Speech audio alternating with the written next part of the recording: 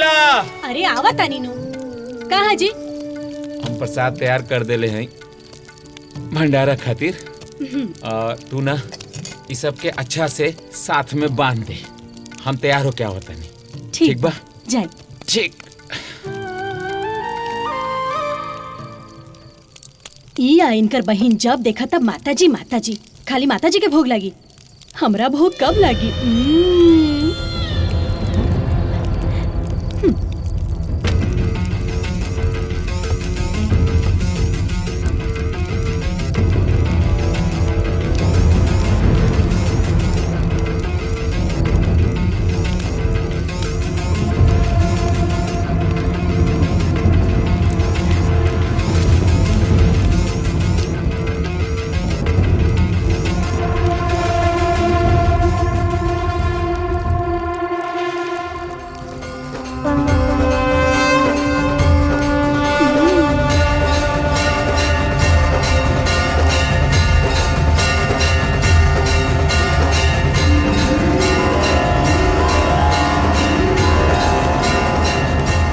बढ़िया बात।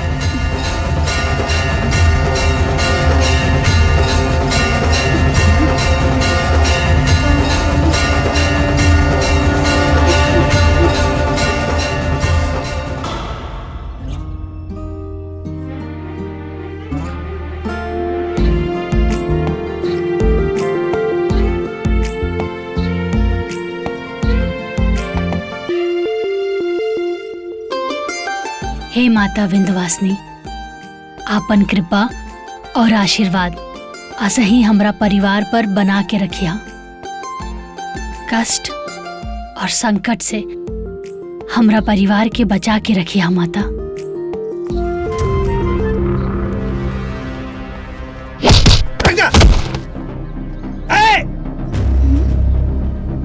क्या बा घर में? बाहर निकला।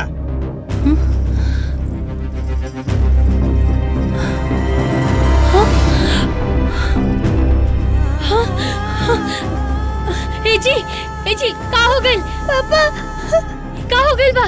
संभाल अपना पति के, तो ज्यादा गर्मी चढ़ गई रहे। और हाँ, कान खोल के सुन ले, हमार कंपनी अपन पैसा ये घर के एक एक ईंट के नीलाम करके वसूल करी। अंडरस्टैंड? ये सब कैसे हो गइल बा? उठी ना, का हो गइल बा रउआ के? उठी पापा, उठी ना जी। इस प्रॉपर्टी के नीलामी की न्यूनतम राशि 10 करोड़ रुपए तय की गई है। जो इससे अधिक की बोली लगाएगा, यह प्रॉपर्टी उसकी हो जाएगी। नीलामी की प्रक्रिया में आए हुए आप तमाम गणमान्य का मैं स्वागत करता हूं। और आइए, नीलामी की प्रक्रिया शुरू की जाती है। 10 करोड़, 10 करोड़, 10 करोड़ 1, 10 करोड़ 2, 12 करोड़, 12 करोड़ 1, 15 करोड़, 15 करोड़ साहबान, 15 करोड़, 15 करोड़ 1, 15 करोड़ 2, 20 करोड़, 20 करोड़, 20 करोड़ 1, 20 करोड़ 2, 25 करोड़, 25 करोड़, 25 करोड़ 1, तो साहबान 25 करोड़ 2, 25 करोड़ 3। बहुत बहुत बधाई हो आपको। तो जनाब, आज से यह प्रॉपर्टी आपकी हुई।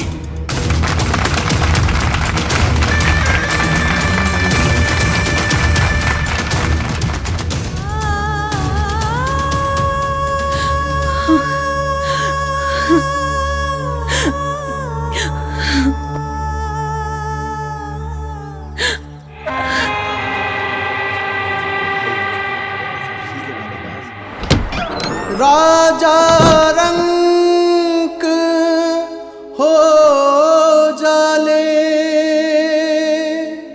समय जब तोड़े ले, विधना के लिखा जो छोड़े ले।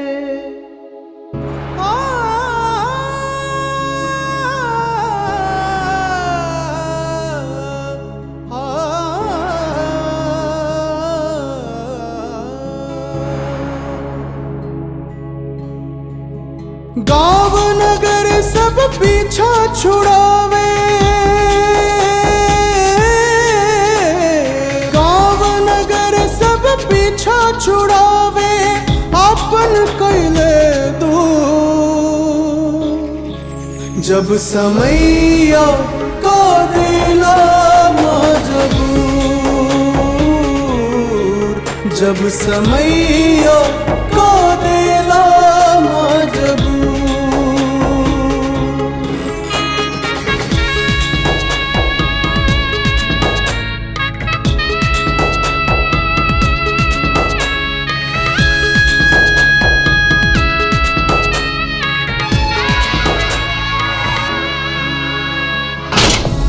जिए के न मन करे, जग लागे कांटा, कवन हमसे खेल खेला तारा हो विधाता।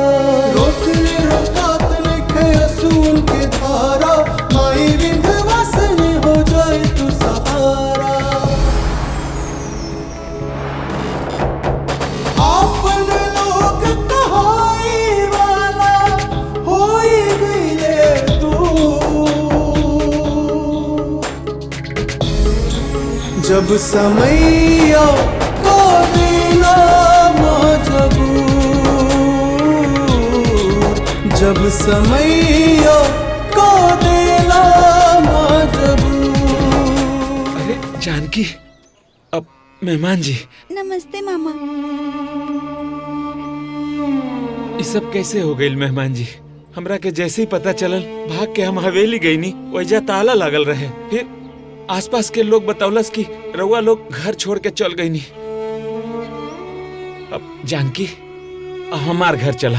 हाँ मेहमान, हमार घर चला। भैया, हम ससुराल ना जा सकीला, हम कहीं और चल जाए। अरे मेहमान जी, ये कैसन बात करता नी? मुसीबत में अपना ही अपना के काम आवेला ना। भैया ठीक कह रहल बाड़े, चली। आई मेहमान, मेहमान चला। आई, लाई हमरा के दी। आई।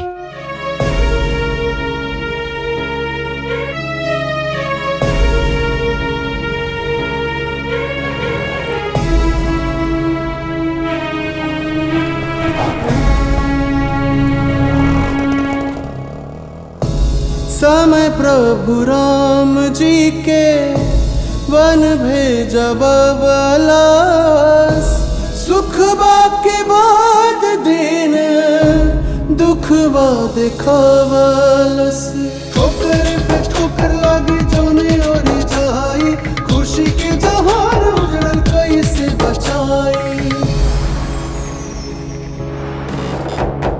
केहू नाही लौके सब दिहल ना कतू। जब समैया को दिला मजबूर, जब समैया को दिला मजबूर।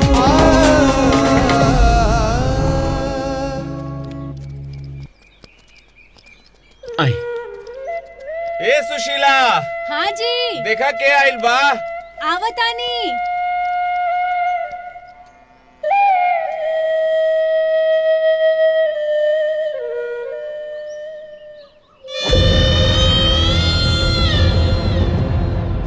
नमस्ते भाभी जी। नमस्ते मामी। प्रणाम भाभी। प्रणाम। अरे तू लोग बिना न्योता के देवता ले ले यहाँ चलेला?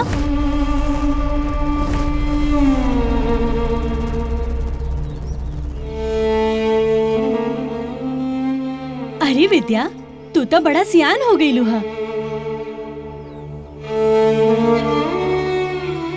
अब जानकी, तू घरे चला ना। अब मेहमान आई ना, आई आई चल। हाँ मुंह संभाल के बोलल कर। इका नेवता देवता बतियावत रहलू हा। हम का गलत कह देनी हा जे रोवा के बुरा लाग गई हाँ? आपन परिवार के तो बोझ ढोआत नहीं खे, ऊपर से ये लोग। अब हमार बहन हमरा खातिर बोझ बाड़ी ना, बोझ ना, रूई बाड़े। खाना बनावा कुछ, ओकनी लोग के भूख लागल हुई, कुछ बनाईबू? ठीक है। आ बेटा। हाँ चल।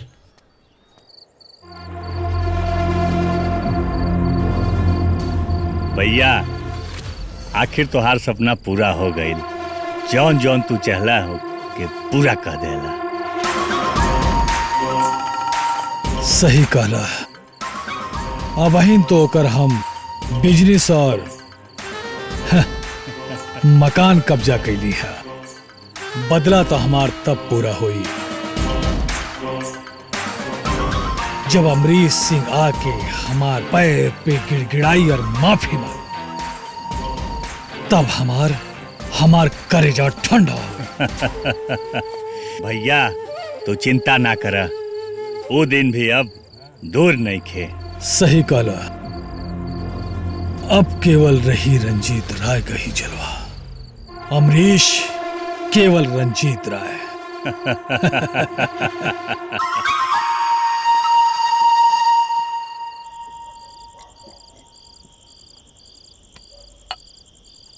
आज भैया हमनी के अपना घर में ठिकाना ना देले रहते तो हमनी के कहाँ जाती।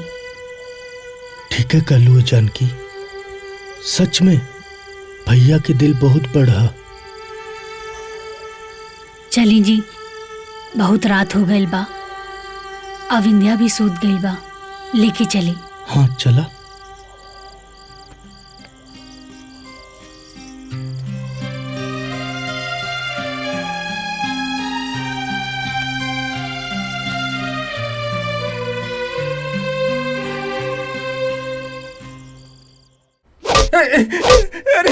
खबरदार ले जाओ चल चल चल। कहा रे? साहब आजे कर रिहाई बा। चल साइन कर। उधर जा। बोल रहा हूँ सुधर जा। हर महीना चोरी चमारी करत बाड़ा ना, आगे यहाँ आवा लायक नहीं रह जाबा तू, समझ ले। जी। चल भाग। सब ऐसी गलती दोबारा ना हुई। चल चल चल निकल। राम सिंह फाइल लेके आओ। जी साहब। चोरी करता है। चल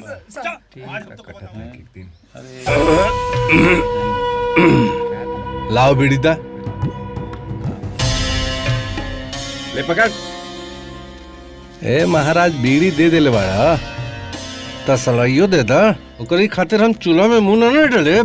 ये ले पकड़ियो।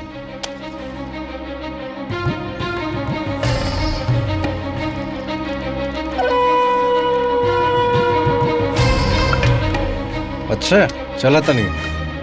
चल जा।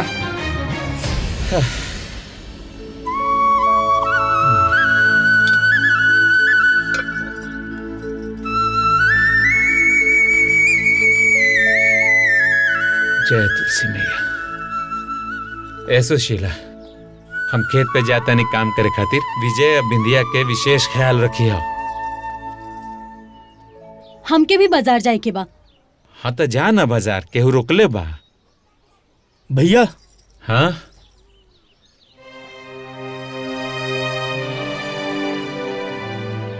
भुवन भैया, रउआ संगे हमहू खेते चलब। हाँ कहा बोल रहल बानी मेहमान? रउआ हमरा साथे खेत काए खातिर जाता नहीं, आराम करी घर में। भुवन भैया, अगर राउर संगे खेते चलब तो हमरो मन लगी, आखिर घर में रह के का करब। हाँ भैया, ये ठीक कहता रे। इनकरा के भी अपना साथे खेती लेके जाई ना। अरे जानकी पगला गई बड़ी का? इनकरा से हम अपन खेत में काम करवाई तो लोग समाज का कही? भैया लोग का कही ओकर परवाह हमरा नहीं खे। कहे कि हमार दुख के घड़ी में हमार साथ लोग नहीं खे देले, हमार भाई देले बा। पर अब हमरा अंदर लोगन खातिर डर और चिंता नहीं खे। आप इनकरा के अपना साथे लेके जाई। अरे हाँ हाँ, पहुना के ले जाई ना, रउआ काम में हाथ बटा दी हनी हो।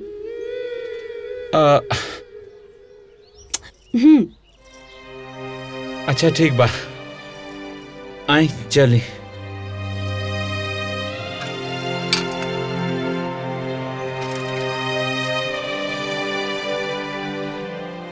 पूरा झाड़ुआ तो लगावा, ऐसे खड़ा खड़ा मुंह का देखा तड़ी। जाई काम करी अपन। इहो कम नहीं की, हमेशा बहस करेली। भाभी हम बर्तन धो देता नहीं। ठीक बा।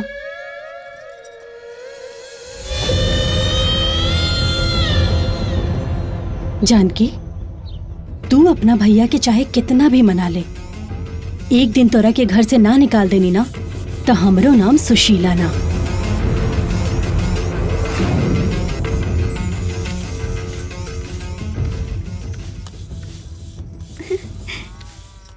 चला गुड़िया के साथ खेलल जा। हाँ आजा। बेटा देखा कितना बढ़िया बा माँ गुड़िया। गुड़िया कितना सुंदर है ना। हाँ सूरज, गुड़िया तो के पसंद बा का? हाँ दीदी। तोरा पता बा सूरज, एकर कपड़ा कितना अच्छा लागता। ये गुड़िया हम किनले नहीं की, ये गुड़िया हमके मामा देले रहलन। कब देले रहलन? हमरा जन्मदिन पर। अच्छा, तोहार गुड़िया खरीदे खातिर उनका पास पैसा रहेला, हमार लड़का के खिलौना खरीदे समय सब पैसा खत्म हो जाला। हाँ भाभी, गुड़िया खातिर काहेला भैया के कोसतानी? तू तो चुप्पे रहा, हमरा के सब पता बा तू यहाँ काहे आयल बाड़ू। हाँ, चल होने जाके खेल। अरे जो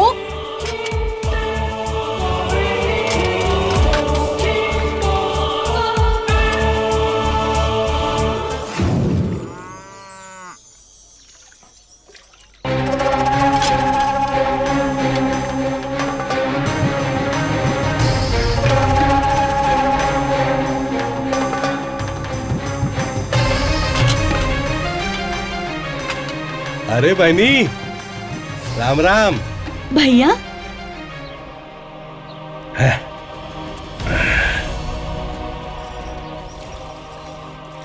गुड़ लगा नहीं। खुश रहा बहनी। आओ बैठा। हाँ।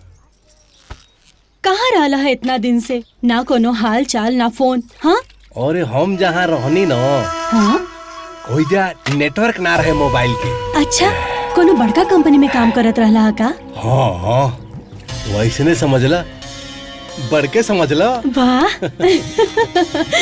अरे हमार भैया, हमरा के पता रहला। ए बहनी, ये हम का देखा तनी? घर में काम करे खातिर नौकरानी रख ले बाड़ू। कितना पगार देलू एकरा के? अरे पेट पर रखले बानी, पेट पर। बात ई है ना कि तोहर जीजा जी के बहन बाड़ी, ये लोग की दिवाला निकल गई तो हमरे कपारे पे आके बैठ गइल बा लोग। अच्छा हाँ। तो ये बात बा। हाँ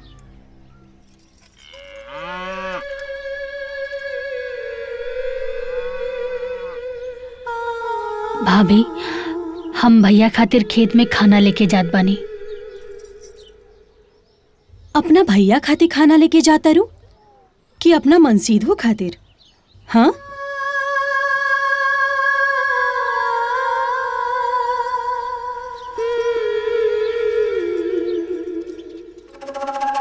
ए बहनी, हमरा के तो बड़ा डर लागता। डर लागता? अरे केकरा से? और ही केकरा से? अपने जीजा से। जीजा से? अरे काहे? काहे पूछताड़ू? वो कितना दिलदार बाणे ई त तारा के पते बा। अब इन त ये लोगन के घरवे लेके आयल बाणे। पता चलल ओकरी लड़की के बियाह खातिर सगरी जमीन जायदाद बेच देहले। हमके तो अपने भगिना सूरज के भविष्य बहुत संकट में नजर आवता। तू चिंता मत कर भाई, ई बादल के ना हम हमेशा हमेशा खातिर अपना बेटा के सर से हटा दे, समझ ले।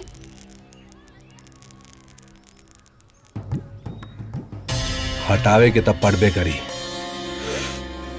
हाँ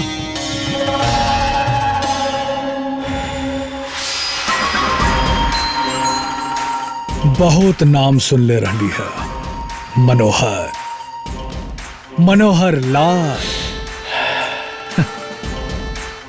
बस तोहरा के जौन काम कहले बानी वो काम हमार कर दो। साहेब रउआ चिंता मत करी, काहे कि राउर चिंता अब हमार चिंता बा।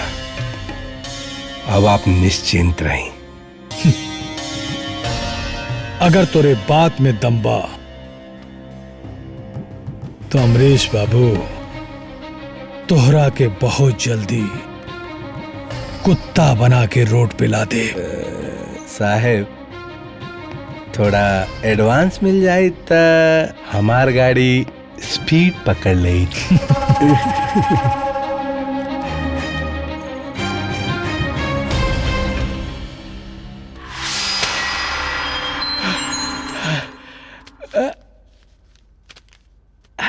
मनोहर लाल पूरा 1 लाख रुपया बा।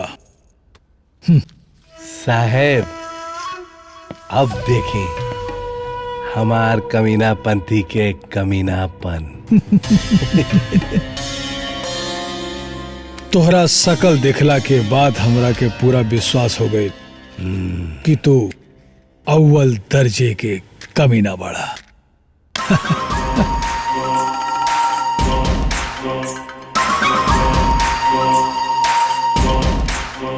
हम चलता नहीं। और हाँ, काम में कोनो चूक ना होए के चाहिए। अरे साहब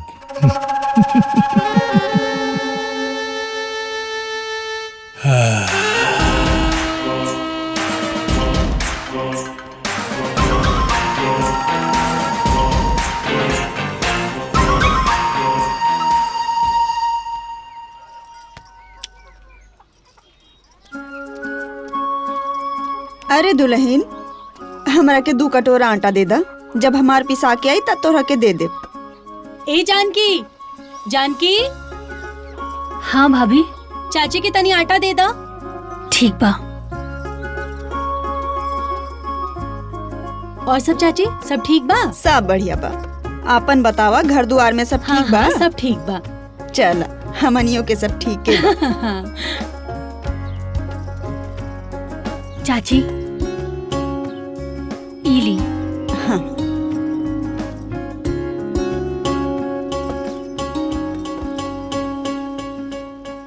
जानकी, तू अपना घरे कब जइबू? अरे चाची, इनकर घर होई तब न जइहन। राम राम, ई का कहतारू? अरे बाप रे बाप, ई का कहत बारू? इनकर घर नहीं खे? अरे इनकर घर रहे त एजे कुंडली मार के बैठल रहती।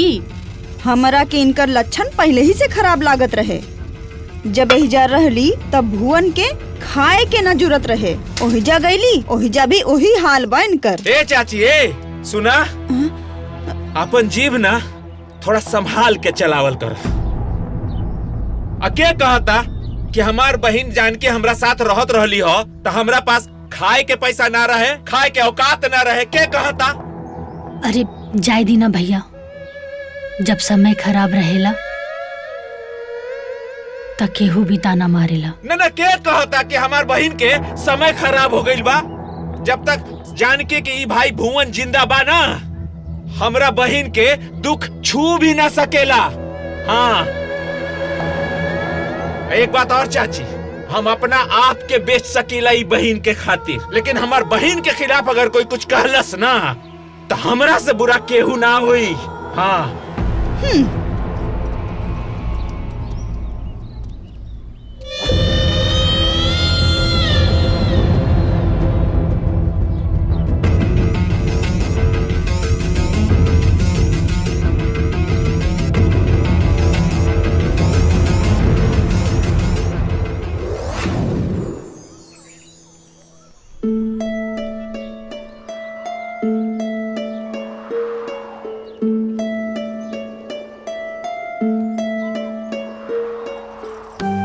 कर लेनी।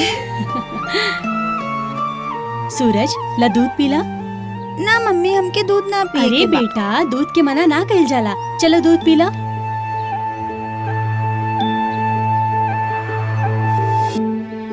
मामी हमरा के भी दूध दा ना।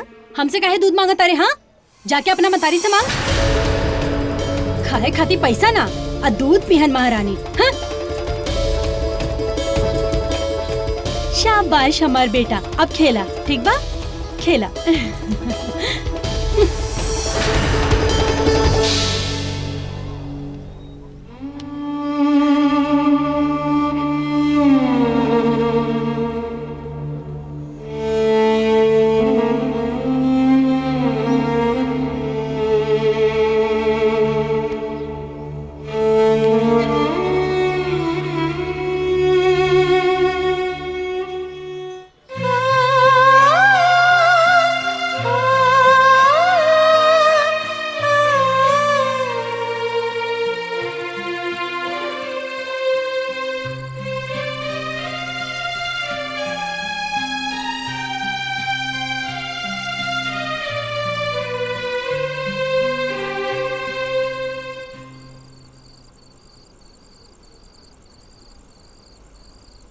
मम्मी उठा ना, मम्मी उठा ना। हाँ बेटा का हो गई?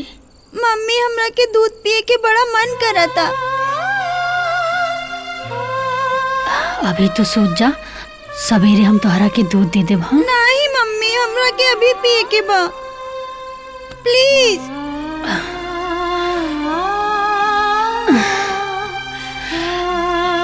बेटा अब तू बड़ हो गई बाड़ू, अब तोहरा के ना दूध ना पिए के चाही। पापा हाँ? पापा हमरा के दूध पिए के बड़ा मन करता, हमके दूध पिए के बा। बेटा मम्मी ठीके कह रहल बिया, अब तू बड़ी हो गई बाड़ू ना, बाद में मम्मी पिया दिया दूध। ना मम्मी हमरा के दूध पिए के बा तब पिए के बा, हमरा के दूध चाहिए त चाहिए। ला दे ना मम्मी, प्लीज मम्मी, हमके दूध पिए के बड़ा मन करता, दा ना प्लीज मम्मी। अच्छा अच्छा ठीक बा, हम लेके आवतानी।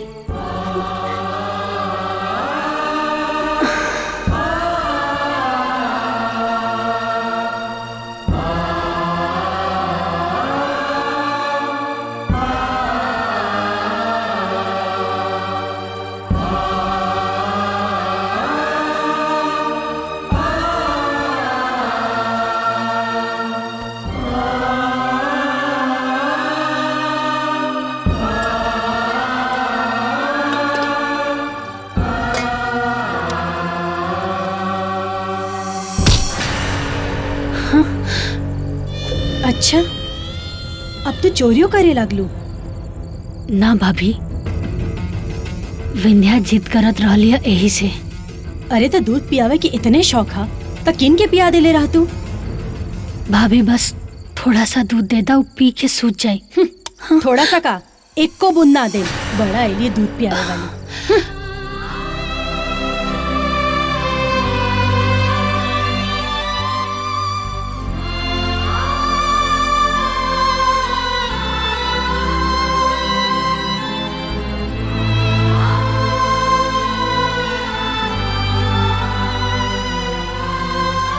पापा मम्मी कब आई है? बेटा मम्मी दूध लेके आवता हुई है। नारायण नारायण, नारद का प्रणाम स्वीकार हो माता। तथास्तु। माता ये आपकी कैसी लीला है? पिता के गलती का दंड पुत्री और उसकी पत्नी को भुगतना पड़े। मैं अपने भक्तों को कभी दंड नहीं देती हूँ नारद, लेकिन माता पिता के कर्मों का फल संतान को भुगतना ही पड़ता है। माता विंध्या के दूध की क्षुधा हमसे देखी नहीं जाती। नारद मुनि, मैं अपने भक्तों को सजा कभी नहीं देती, लेकिन माता पिता की गलतियों का कर्म बच्चों को थोड़ा बहुत तो भुगतना ही पड़ता है। माता, आपकी लीला अपरंपार है। मैं भला कैसे समझ सकता हूँ। नारायण नारायण।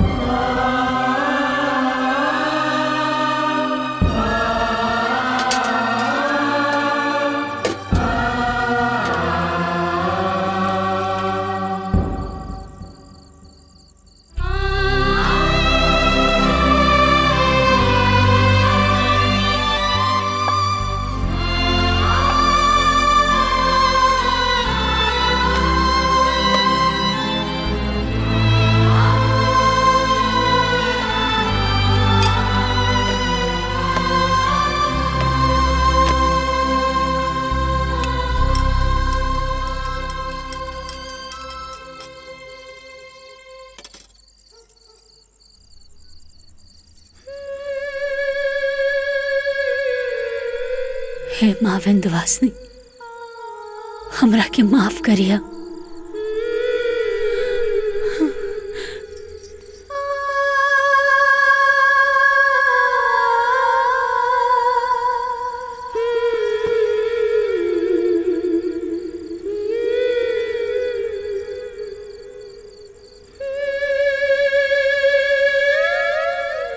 ला बेटा, दूध पिला।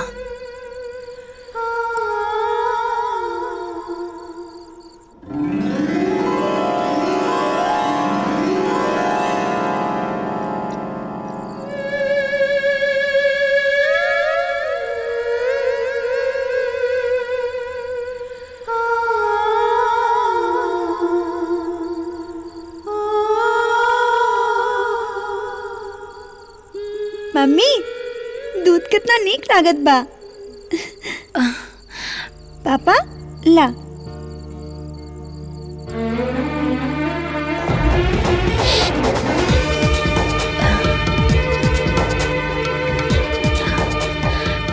अब तो सोच जा। हाँ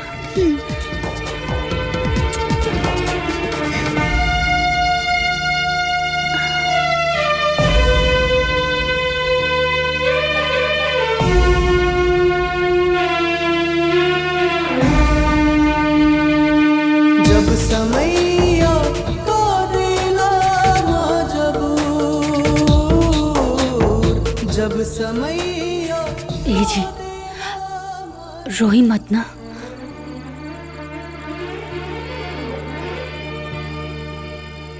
जानकी,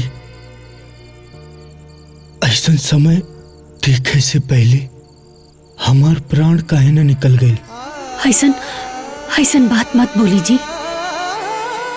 अगर रउआ ऐसन बात बोलब ता राउरी दू गो जिंदगी के का होई, एकरा बारे में सोची। हमनी के तरवे भरोसे बानी जा। हाँ। मत रोई, हिम्मत मत हारी, मत हारी। माता रानी सब ठीक कर दी है। हिम्मत मत हारी, सब ठीक हो जाए।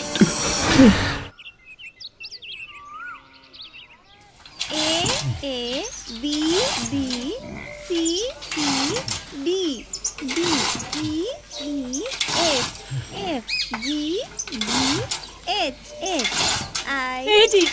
ए जी सुनी ना, हमार तक किस्मतें खराब हो गई, लुट गई नी, हम बर्बाद हो गई नी। अरे का हो गई? काहे खातिर इतना गला फाड़ फाड़ के चिल्ला रहल बाड़ू?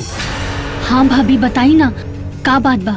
हे राम, देखा देखा कितना भोला बनती आई। ए सुशीला, ऐसे काहे बात कर रहल बाड़ी ते? हमार सिकड़ी चोरी भइल बा और केहू ना, राउर बहिन चोरई ले लिया। सुशीला, अपन जबान पे थोड़ा लगाम रख। केहू चुप बा तो ओकर नाजायज फायदा मत उठाओ। हाँ हाँ काहे ना बोले, हंसुआ केतनो मोड़ जाई लेकिन खींची तो अपने और ना। पूछी अपना बहन से, रात के चौका में दूध ना चुरावत रहली। अरे पूछी ना। भैया ये बात सच बा कि रात में हम विंध्या खातिर चौका से दूध लेवे गइल रहनी, लेकिन भैया इहो बात सच बा कि हम भाभी की सिगड़ी नहीं खिचुरौले। हम विंध्या की कसम खा के कहा तानी भैया, हम माता विंध्यवासिनी की कसम खा के कहा तानी भैया, हम भाभी की सिकड़ी नहीं खिचुरौली। अरे बस करा अपन नौटंकी। ये आंसू बहा के अपना भाई के सामने हमार चेन ना गुपुत कर जाइबू। अरे तू ना ले ले होबू तो तोहार मरद चुरैले होई। हाँ बहनी ते ठीक होता रे, ये सबसे बड़ा बेरोजगार बा।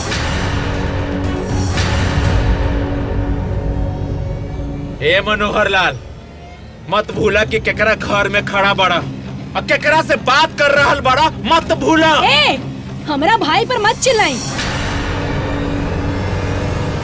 चोर के चोर कहला पर बुरा तो लगबे ना करेला। ए जी, हमरा बात पे भरोसा करी, हम भाभी की सिगड़ी नहीं खिचुरौले। ए जानकी, दुनिया चाहे तोरा पे विश्वास करे न करे, हमरा के पूरा विश्वास बा।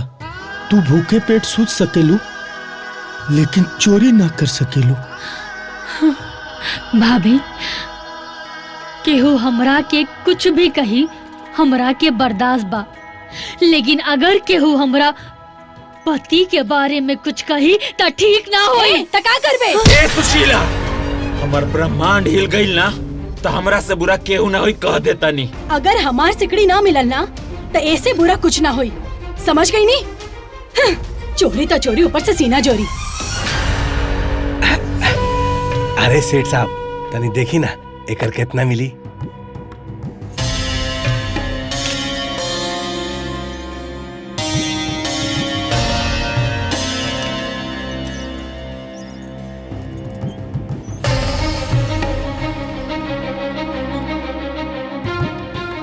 ₹32,200 मिलेगा। ठीक बा, दे दी।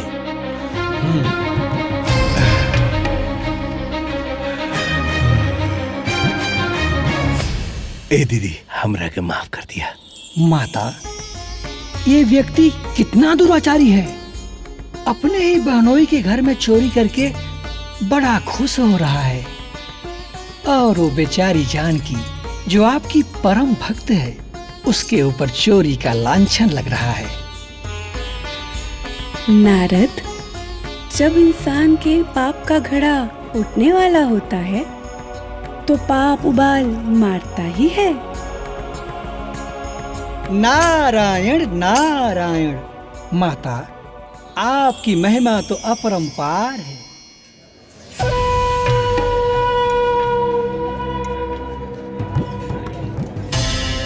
हम अपनी फायदा खातिर केहू कर भी कायदा बदल सकीले। भाई हमरा तो लागता ना जब 100 कमीना मरल हुई है ना तब मनोहर लाल पैदा भइल हुई है। अब तू हमार कमीनापन देखले कहाँ बाड़ा। अब हमार कमीनापन शुरू हुई। तू आँख से देखले बड़ू, हमार बहन सिकड़ी चुराइले बाड़ी, तू आँख से देखले बड़ू। हम देखले नहीं की, लेकिन हमरा की यकीन बा कि हमार सिकड़ी हुए चुरेली बिया। हमार बहन ठीक कहतिया। अरे तू तनी दिमाग से तो सोचा कि ये घर में के बा जे आर्थिक तंगी से गुजरत है। मनोहर लाल, तू ज़बान संभाल के बात कर। चिल्लाई मत।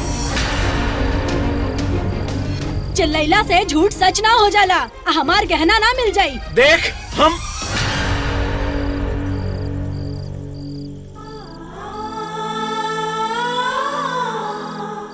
भाभी खाना खा ली। जेकर गहना चोरी हो जाई ओकरा मुंह से खाना घोटाई। तू आइल बाड़ू हमरा से ढेर चतुराई बतियावे। भाभी खाना खा ली। अरे वो खाली गाना ना रहे, हमारी माई के आखिरी निशानी रहे।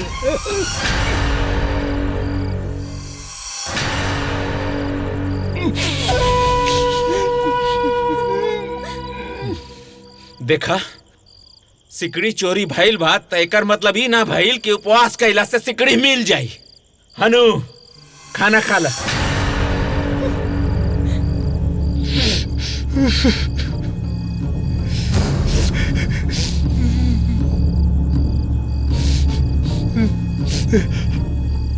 बहनी जीजा जी ठीक कहा तड़े। अरे खाना से कौन दुश्मनी बा, और रहल बात सिकड़ी के तो हम कमा के खरीद दे। वाह, तू तो समस्या के निदाने कर दे ले भाई। खरीद के दे दी है, फिर का दिक्कत बा। रख दा खाना खा ली। हाँ रख दा। हाँ ठीक बा, चल जानकी तू अंदर चल। अरे चल चल अंदर चल।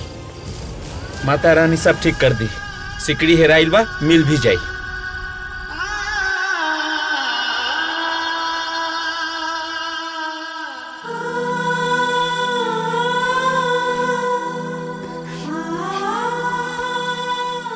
मम्मी तू रोवत काहे बाड़ू, और ये लोग तोहरा ऊपर झूठा इल्जाम काहे लगावत बाड़े? बेटा ऐसन कोनो बात नहीं के, और तू ज्यादा सोचा मत। चला अब सोते के टाइम हो गइल बा, सोच जा। चला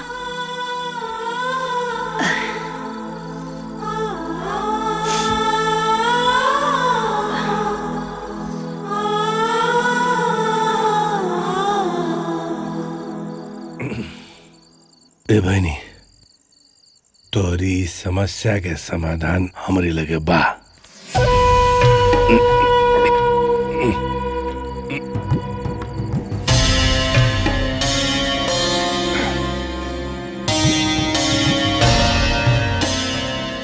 ऐसे सांप भी मर जाए और लाठी भी ना टूटी, बुझलो।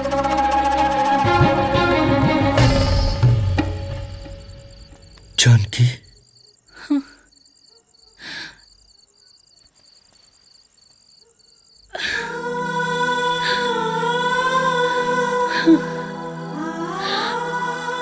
भाभी के हमने के ऊपर भरोसा काहे नहीं के होत? आखिर वो काहे हमनी के साथ ही ऐसा बर्ताव कर रहल बानी? देखा जानकी, समय बड़ा बलवान होला, और जब समय खराब चलेला ना तो अपन भी बेगाना हो जाला। हाँ।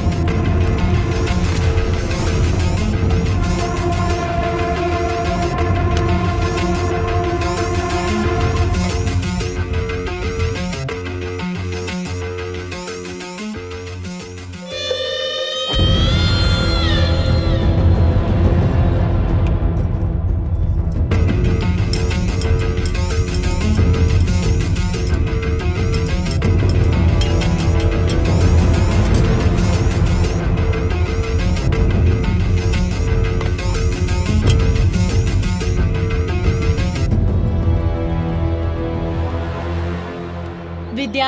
हाँ मामी। ए विद्या बेटा, चला घरे। का भइल? हमके कुछ काम बा, चला। आवा। सूरज तू खेल के घरे आ जाइया, ठीक बा? चला बेटा। तू ओ दिन दूध खाती बोले रहलू ना? हाँ मामी। ला पीला। अरे पीला। पी ली मामी। हाँ बेटा, ये दूध तोहरे खातिर रख ले बानी, ला।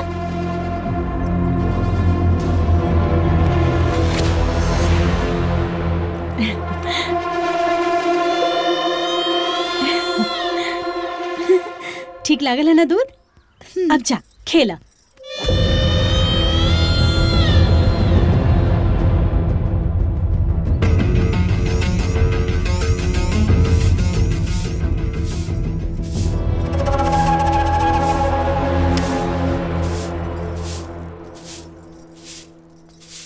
विंध्या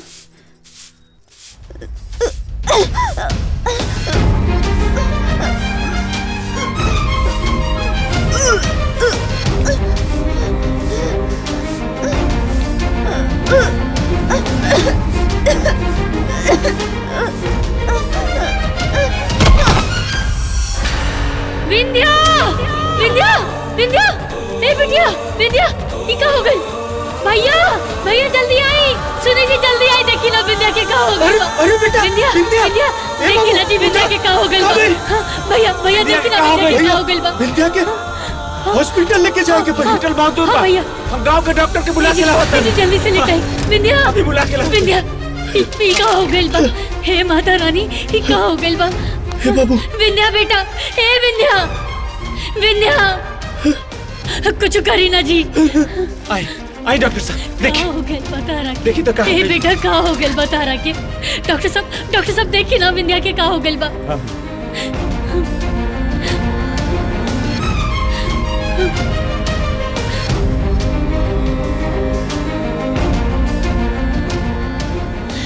कहाँ भइल बा?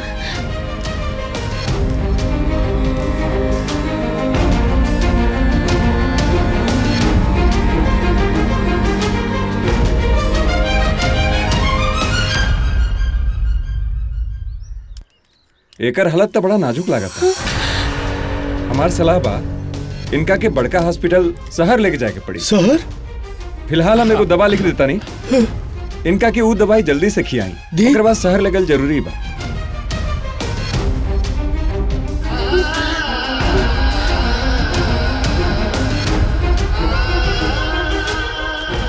ई दवा देवल जरूरी बा।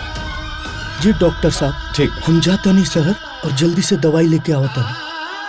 हाँ दी पर्चिया। अरे रहुए जाता नहीं, रुकी रुकी, हाई हाई कुछ पैसा रख ली, काम आई रख ली मेहमान। आई आई जल्दी आई। विंध्या कुछ ना होई तारा के। विंध्या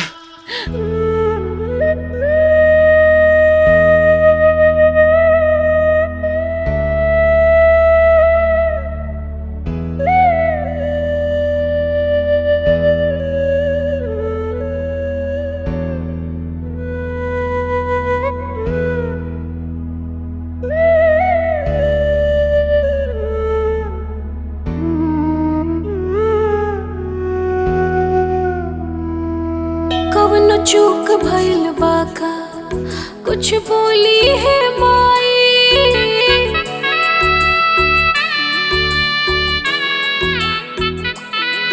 हे विंध्याचल वाली कुछ होता बतलाई, ऐसे कैसे हो जाए जे पावल तोहरा साथ के, जब गोदिए सुन हो जाए तमाई कवना बात के, जब गोदिए सुन हो जाए तमाई कौना बात के।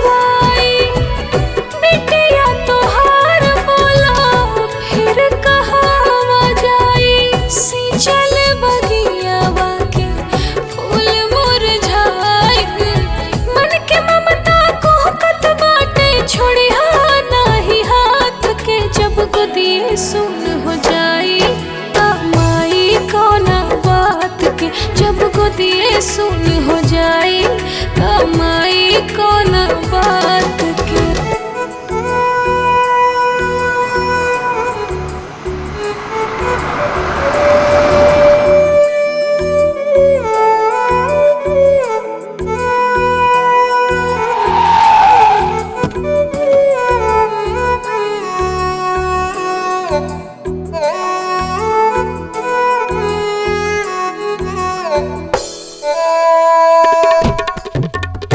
माई के दर्द एगो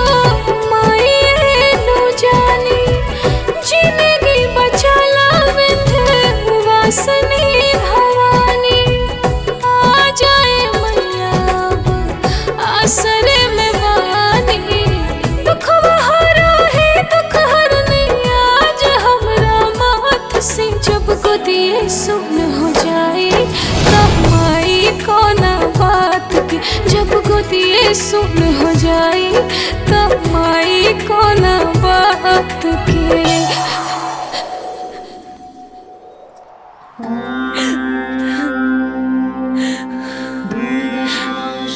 जानकी, ओ जानकी। मौसी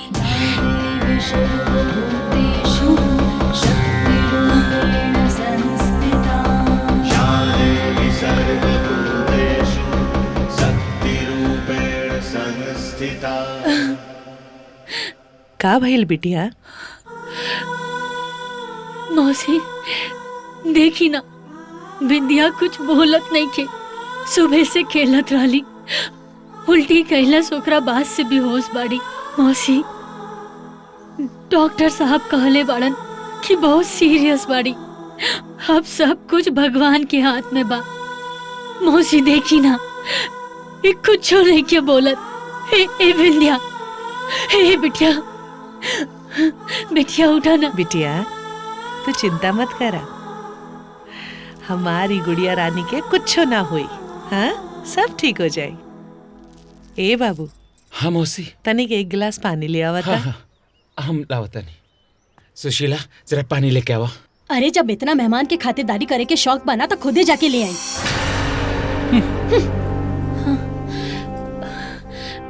भैया भैया हम लेके आवा तानी। हाँ जानकी, तू ही जा लेके आवा। हाँ। ए बाबू। हाँ कुछ खाए खातिर भी ले आवा। हाँ हाँ मौसी। हाँ अभी लावता नहीं।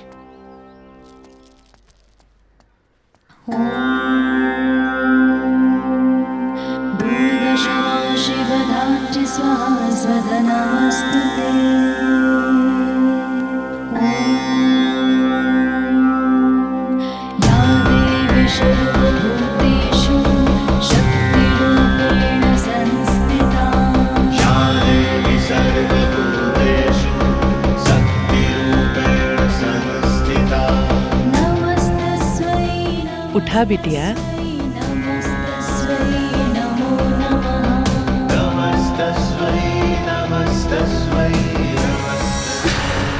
रउआ के हैं? हम हैं तहार नानी। नानी? हाँ। प्रणाम नानी। खुश रहा, खुश रहा। रउआ ऐजा कैसे? बस ऐसे ही। तू ठीक बाड़ू ना? हाँ नानी। अच्छा अब हम चलत आनी। कहाँ? मंदिर। अब हमरा के मंदिर जाए के बा ना? अच्छा अच्छा। प्रणाम नानी।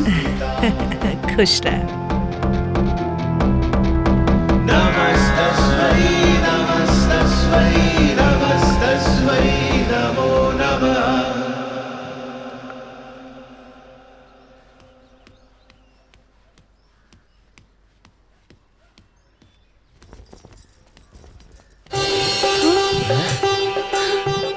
विंध्या, विंध्या, विंध्या, हमार बच्ची। तू ठीक हो गई लो, तू ठीक हो गई लो। मौसी मौसी तो गई मंदिर है। हाँ?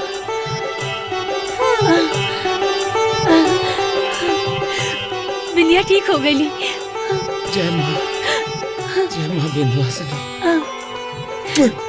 जय विंध्यवासिनी।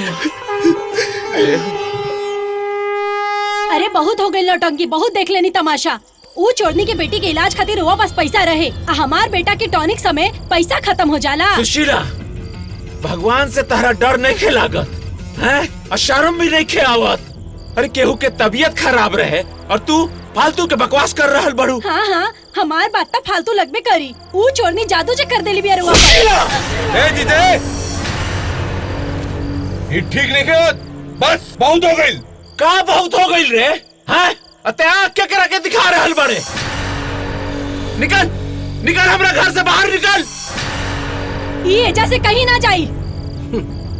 जाई तो ऊ लोग जेकरा वजह से हमरा घर में कलेश होता, ना तो आज हमार लाश निकली घर से। देख सुशीला, हम कहता है कि बहुत हो। भैया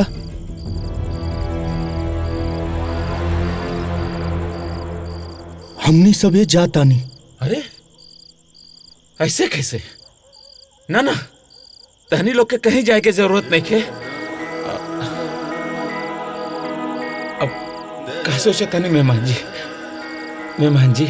भैया, हम अपना वजह से राउर घर बिखरल ना देख सकीला, और फिर भाभी के भी यह इच्छा बा। हमनी के मत रोकी भैया, हमनी के जाए दी। जानकी, तारा भाई ये घर से जाए खातिर ना कहता, तो फिर कहाँ जाते भी? और फिर इतना रात के कहाँ जेबा मेहमान? कहीं भी चल जाए भैया। मेहमान ऐसा मत कहीं। अब देखी ना, अब बिंदिया के तो अभी ले तबीयत भी ठीक ना भइल बा मेहमान। भैया, बिंदिया एकदम ठीक बाड़ी, और रउआ वैसे भी हमनी खातिर बहुत कुछ कहले बानी। अब हमनी की मत रोकी, हमनी के जाए दी भैया। ना ना, हम तहनी लोग के अपन घर से तो ना जाए देव। हाँ, कहीं जाए की जरूरत नहीं के। ए बेटा, ए बेटा, है ना, अपना मम्मी पापा के समझाओ ना बेटा। अब बोला ना बेटा। रहे दा मामा, अब हमनी के जाए दा, हम फिर कब आ जाए। ठीक बा ना मामा, हम सबे फिर कब आ जाए। चला जानकी।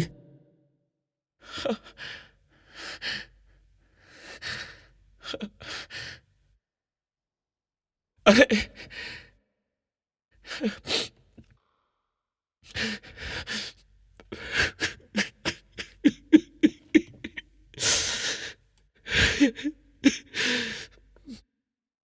खुश हो गई लू, खुश खुश हो गई ले, गईली हमार बहन हमार घर से चल गईली। ना खुश तू लोग।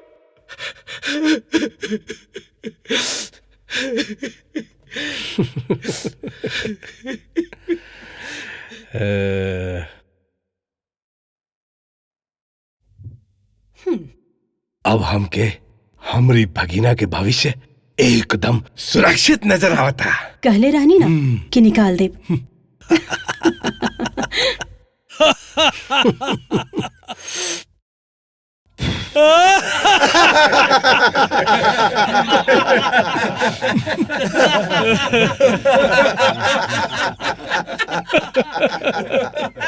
मनोहर लाल,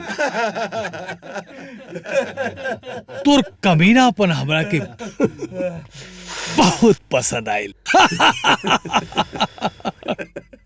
कितना आसान राजनीति से तू एगो भाई खातिर खुद के बहन के ओकरा के घर से बेघर कर देले। साहेब, हमरी जीजा के मन में अमरीश और जानकी के खिलाफ बीज भरे में हमरा के कितना पापड़ बेले के पड़ल है, ये हम ही जाना तनी। मनोहर, तोरा ई पापड़ के मेहनताना मिल जाए। हाँ,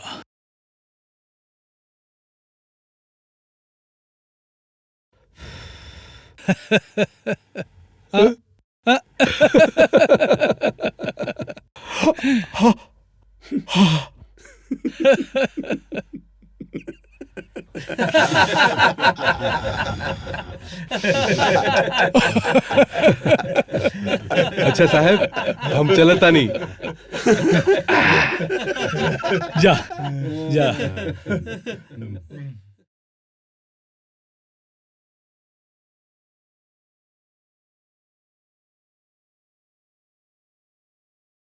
अमरीश बाबू अब तो टेलर है। हाँ, समय प्रभु राम जी के वन भेजबला, सुखबा के बाद दिन दुखबा देखबलस। ठोकर पे ठोकर लागे जौने और जाई, खुशी के जहान उजड़ल कैसे बचाई। हमरा के भूख लागल बा। ठीक है बेटा, मम्मी के साथे बैठा, हम कुछ व्यवस्था करके लिया होता। आवा बैठा। केहू नाही लौके सब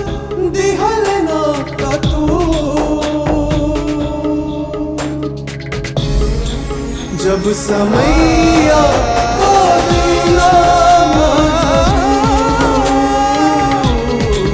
जब समैया को देना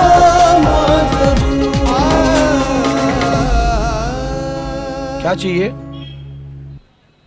भैया खाए के मिल सकेला का? एगो हमार छोट बच्ची बा, कई दिन से भूखल बा, अगर मिल जाता। पैसा वैसा है? जा भिखारी, चल जा। पता नहीं कहाँ से चले जाते सुबह सुबह भिखारी कहीं के। चल निकल, भाग, जाओ जाओ। नारायण नारायण, आप धन्य हो माता। आप अपने भक्तों की रक्षा में कभी भी कोई भी चूक नहीं करती हो। माता, अमरीश का क्या होगा? उसे अपनी प्रतिज्ञा कब याद होगी, जिस कारण से वो बहुत सारे दुख सहन कर रहा है? देव ऋषि नारद, मनुष्य की विडंबना है कि थोड़ा सा सुख मिल जाने पर वह अपने दुख और ईश्वर को भूल जाता है, और यही हाल अमरीश का है। नारायण नारायण, माता, जब आप जानकी की भक्ति से प्रसन्न होकर के उसके दुख काट देती हैं और वह सुख में आ जाती है, किंतु अमरीश फिर से ईश्वर को भूलने की बार बार गलती करते रहता है। नारद मुनि, मैं एक माँ भी हूँ। अपने सच्चे भक्तों को कभी भी कष्ट में नहीं देख सकती। मम्मी, हमरा के बहुत जोर से भूख लागल बा। बस बेटा, पापा आते हुई हैं, थोड़ा बर्दाश्त करा।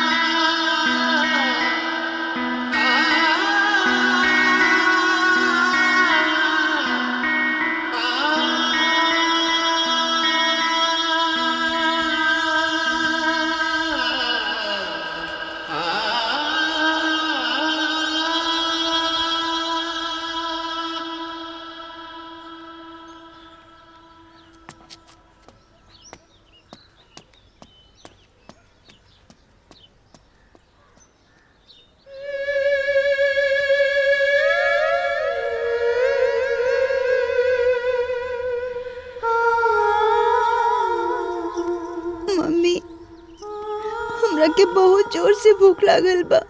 बस बेटा, पापा आते हुई हैं, थोड़ा बर्दाश्त करा।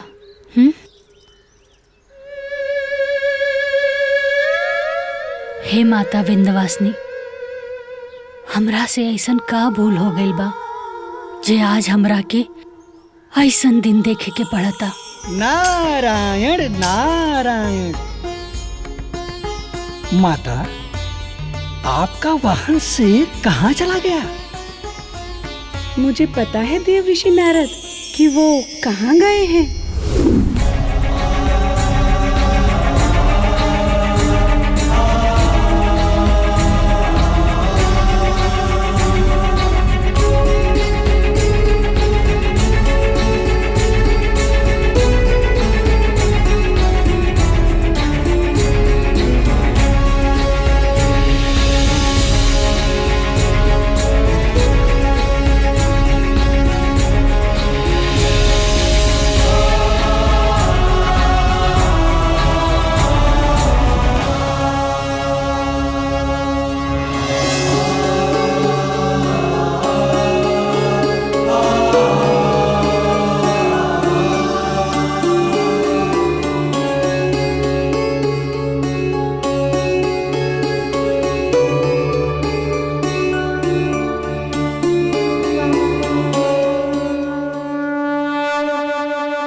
जय माँ विंध्यवासिनी।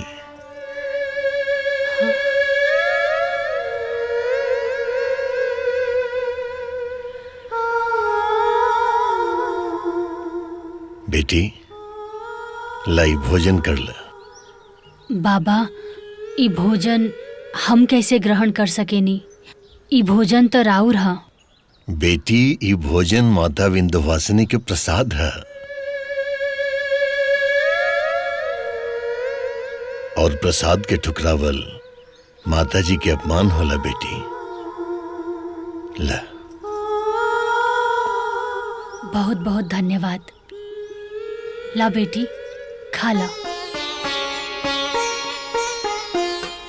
तारा के भूख लागल रहे ना, देखा माता विंध्यवासिनी के प्रसाद आ गई।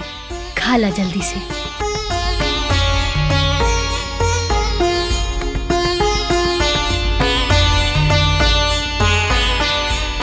ना बेटा तू खा।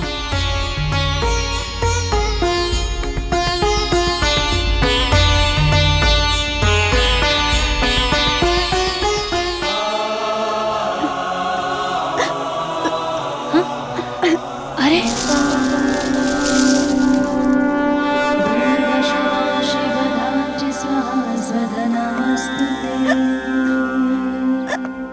वनराज,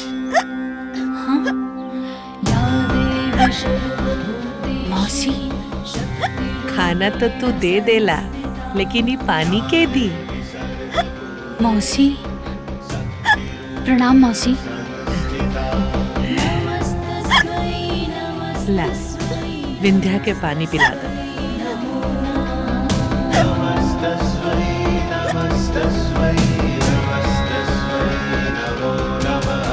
या देवी सर्वभूतेषु शक्तिरूपेण संस्थिता।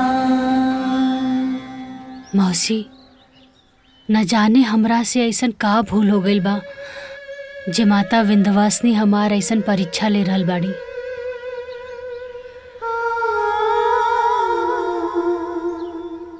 बेटी माता विंध्यवासिनी परीक्षा भी ओकरे लेवेली जेकरा बारे में वो जाने ली कि हर परीक्षा में वो सफल हो जाए। याद कर बेटी, हो सकेला तारा से कोनो परीक्षा में चूक भइल होई। तारा से न सही तारा पति से चूक हुई होई। अच्छा वनराज, हम जाता नहीं, हमरा के तीर्थ स्थान पे जाए के बाद बिटिया लोग के रहे के इंतजाम कर दा। जी माता जी।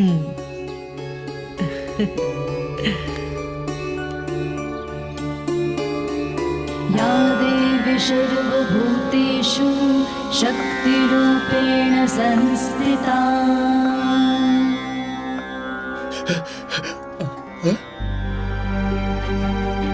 जानकी, ये खाना कहाँ से आइला?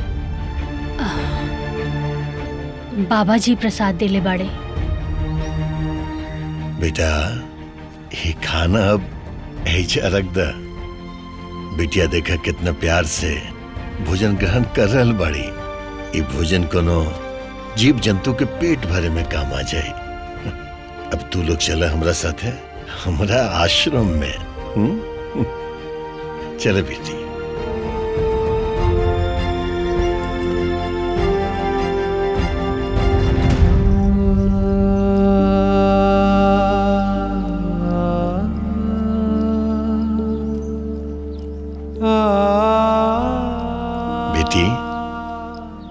यह है माता रानी के आश्रम। यहाँ पर तू लोग के जबले मन चाहे तबले रहा, ऐजे खा पिया और माता रानी की सेवा करा। हम वैसे आवत जावत तो रहे करो बेटा। आवत तू लोग चल हमारे साथ। आवा।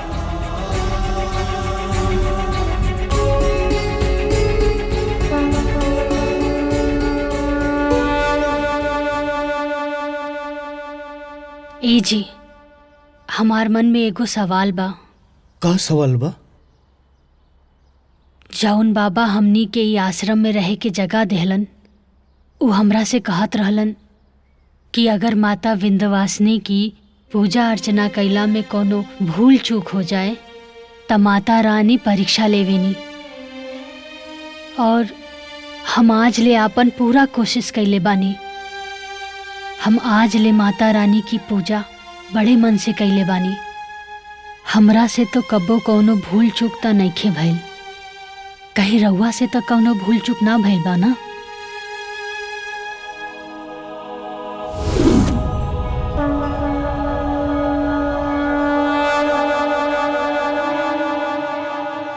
राउल मंदिर में जगराता करब और पूरे गांव के भंडारा किया। हाँ जानकी, हमरा से भूल भइल बा। जब बिंधिया होखा वाली रहली तब माता रानी के दरबार में जाके मन्नत मांगले रही कि जब हमार पत्नी और बिटिया सुरक्षित रही हैं तो हम माता रानी के दरबार में भंडारा और जगराता कराई। आज 10 साल बीत गई, न हम भंडारा करा पौनी और न जगराता। शायद यह वजह से माता रानी हमनी सबसे रूसल बानी। सुनी जी, सबसे पहले ना माता रानी के जगराता और भंडारा कराई। तू ठीक कहता रू जानकी, लेकिन हमरा के तोहर साथ चाहिए। हम रउआ साथे बानी और काल्हे जाके माता रानी के मंदिर में माफी मांग लिया। हाँ, हम काल्हे जाके माफी मांगब और हम अपना कमाई से भंडारा और जगराता कराई। नमो नमो विंदेश्वरी, नमो नमो जगदम्ब। संत जनों के काज हित करती नहीं विलम्ब।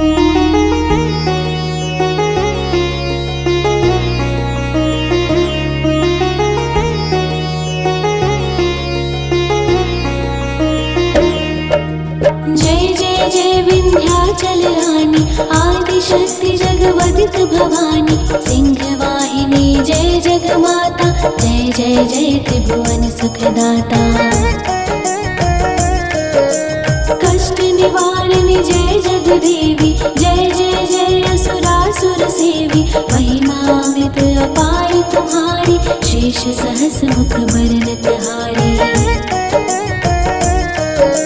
दीनन के दुख हरत भवानी, ताहि देखो तुम सबको दानी। सब कर मनसा पूर्वत माता, महिमामित जगत विख्याता। जो जन ध्यान तुम्हारे लावे, सो तुरत ही वंचित फल पावे। तुम्ही वैष्णवी और रुद्राणी, तुम्ही शारदा ब्रह्माणी। रमा राधिका श्यामा काली, मातु सदा संतन प्रतिपाली। उमा माधवी चंडी ज्वाला, मेघी मोहि पर हो दयाला। तुम्ही हिंगलाज महारानी, तुम्ही शीतला और विज्ञानी। तुम्ही लक्ष्मी जग सुखदाता, दुर्गा दुर्ग विनाशिनी माता। जानवी और उन्नानी, हेमवती अम्बे निर्मानी। अष्टभुजी वाराहिनी देवी, ब्रह्मा विष्णु सदा शिव सेवी। 64 देवी तुम कल्याणी, गौरी मंगला सब गुण खानी। पाटन मुंडा दंत कुमारी, भद्रकाली सुन विनय हमारी। ब्रज धारिणी शोक नाशिनी, आयु रक्षरु विंध्यवासिनी। जया और विजय बेताली, मातु संकटी अरु विकराली। नाम अनंत तुम्हार भवानी, बरडों की में जन अज्ञानी। जा पर कृपा मातु तब होई, तू वह करे चहे मन जोई। कृपा करहु मुँह पर महारानी, सिद्ध करिए अम्बे मम बानी।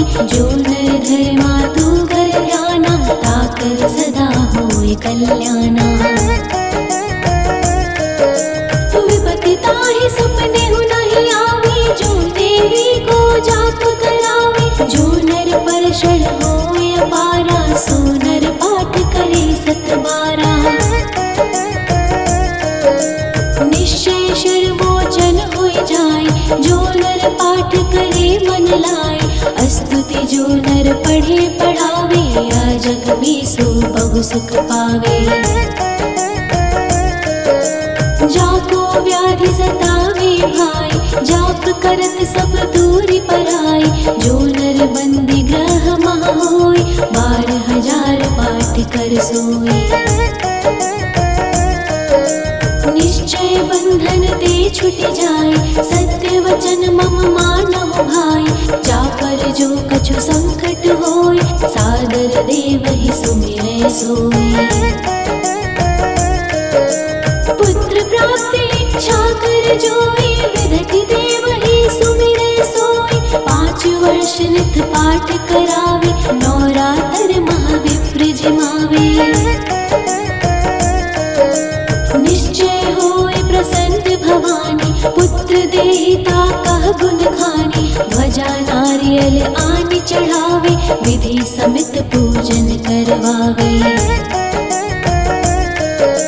नित प्रति पाठ करे मन लाए प्रेम सहित नहीं आन पाए या श्री विंध्याचल चालीसा रंग पढ़त होवे अवनीसा यह जनि अचरज मानहु भाई मातु कृपा संभव हो जाए जय जय जय जग मातु भवानी कृपा करहु मोह पर जन जानी कृपा करहु मोह पर जन जानी कृपा करहु मोह पर जन जानी। जय माता विंध्यवासिनी की। बोला माता विंध्यवासिनी की जय।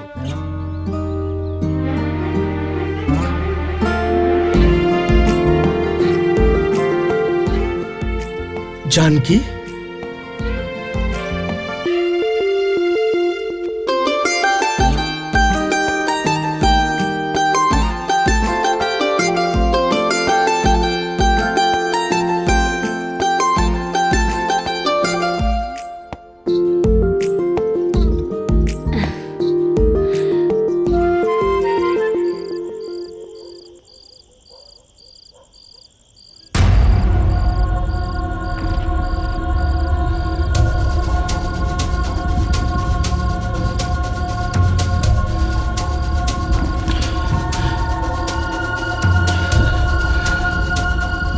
तारा के हम कैसे बताई जानकी क्या हमरा के तारा कितना याद आवता हम कितना अभागा भाई बानी हम तारा के बेसहारा छोड़ देनी जानकी हे विंध्यवासिनी माँ हमार जानकी जहाँ कहीं भी हो ओकरा ख्याल रखिया ओकरा हर मुसीबत से दूर रखिया भाई अपन समझ के ओकरा के हर मुसीबत से दूर रखिया भाई।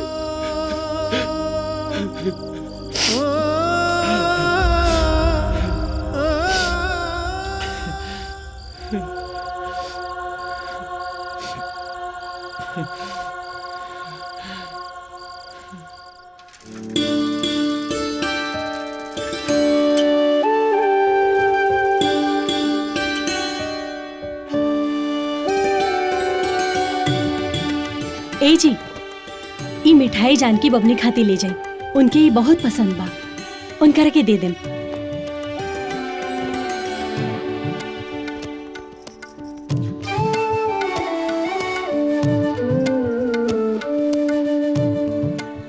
ठीक बा चला तने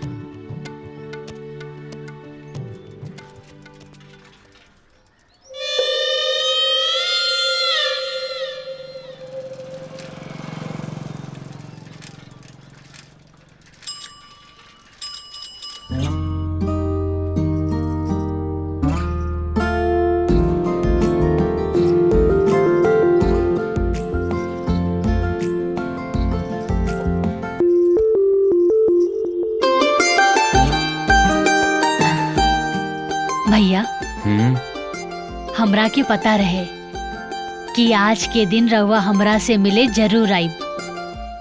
अरे हम का बताई, तहनी लोग के हम कहाँ कहाँ न ढूंढनी है, और जौना दिन पता चलल ह हम वही दिन आवत रहनी है। लेकिन का बताई, लेकिन वो दिन थोड़ा बाजार में कुछ काम रहे, तो हम सोचनी कि राखी के दिन तो जरूर जाइब।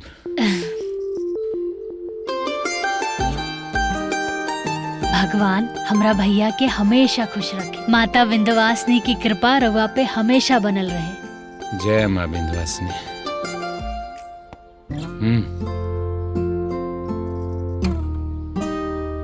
आ तू आ। भैया भाभी और बाबू कैसन बाड़े? बहुत अच्छा बाड़ी। आ तार भाभी तहरा खातिर कुछ भेजले बाड़ी। अच्छा? और तहरा के बहुत पसंद बा। हाई मिठाई भेजले बाड़ी।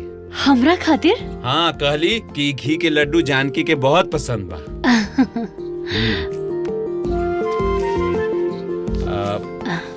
तहरा खातिर। अरे भैया। अरे ले रख। ए बहनी, का हाल चाल बा? ठीक बा भैया। सब ठीक ना? हाँ। है ने हो? का? एक बात बताओ, वो जोन दवाइया हम तारा के देले रहनी, वो मिठाइया में मिला देले रहल ना? हाँ भाई, वो दवाई तो हम मिठाई में मिला देले रहनी है। अबले तो वो कुलचनी खा लेले होई, ओकर मुंह के खुशखबरी आवते होई। बैठा मावत अनी। अरे कहाँ जाता है? अरे तो बैठा ना। अरे रुक। अरे रुक जा भैया, तो बैठा। नमस्ते मामा। आ तू आ। मम्मी, मामा जोन मिठाई लवलन है ओके खोला ना। मिठाई खाए के बाद? हाँ। अच्छा रुका, ला।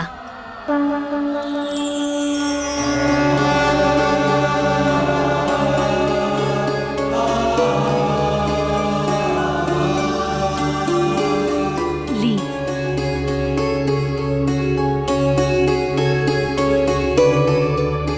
तू खा ला।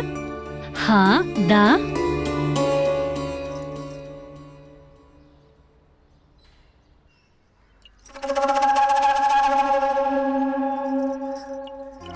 अरे भाई, ई का करत तारा? ना सुधर बा तू। अरे जाए दे। ले मिठाई खो। ना, हम ना खाए। अरे खो ना। ना ना, हम ना खाए। अरे ई वो मिठाई नहीं खे जे खैला से तू मर जीबे। चल खो। हमरा के बहुत काम बा, हम जाता नहीं। ई ना सुधरी है भगवान। अबले तो वो कल मुही ई मिठाई खा लेले होई।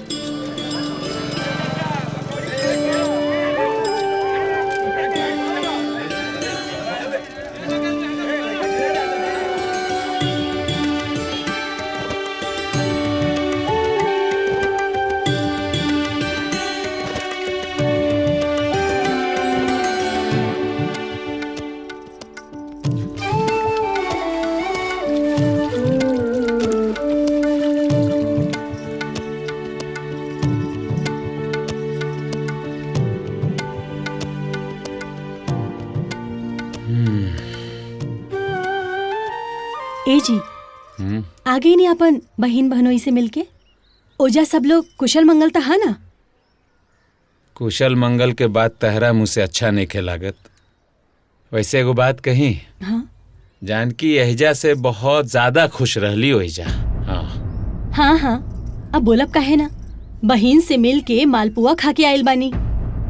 एगो बात कही, घर में शांति रहेला ना त नून रोटी भी मालपुआ लागेला, आ घर में अशांति रहेला त मालपुआ भी नूने रोटी लागेला। ये अपन अपन स्वभाव के बात बा। हाँ हाँ, हमार स्वभाव तो अब रोआ के काटे दौड़ेला, है ना? रस्से जल गल बाकी रैंठल ना गइल। का पढ़ता रे? सुनी ना, वो मिठाई बबनी जी के दे देले रहनी ना? हाँ, दे देले रही। जानकी बबनी वो मिठाई खैली ना? हाँ हाँ, खा ले हुई। इतना काहे पूछा तारू? अरे ऐसा ही दे दे ले रही।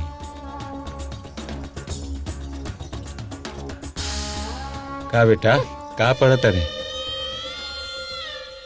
हे पढ़त रे? मालिक नमस्कार। प्रणाम। मजदूरन से सुन ली है कि तू भंडारा करवावे वाला बड़ा। जी मालिक, हम माँ विंध्यवासिनी का भंडारा करे वाला बनी। तू एगो काम करा, ई एके रख ला। ना ना ना ना मालिक, रहुआ रखी, हम अपने कमाई से ही माता रानी का भंडारा करें। अरे उधारी समझ के रख ला, बाद में दे दिया। ला।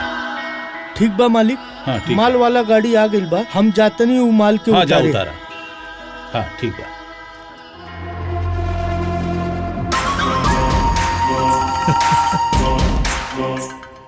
आज ही 12 साल के तपस्या, ये फोटो देखला के बाद हमरे दिल के जो सुकून मिल रहा बा वो हम बयां ना कर सकीले।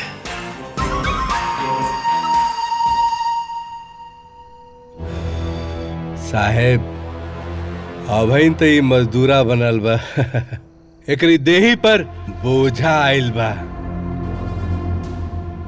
बहुत जल्दी हाथ में कटोरा लेकर भीख मांगत नजर आई। जब ये फोटो में ऐसा लग रहा बा तो हाथ में कटोरा ली तो कैसा लागी?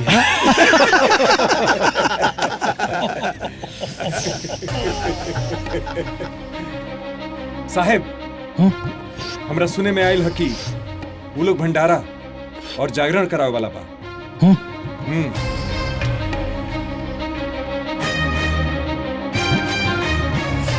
साहेब रउआ चिंता ना करी,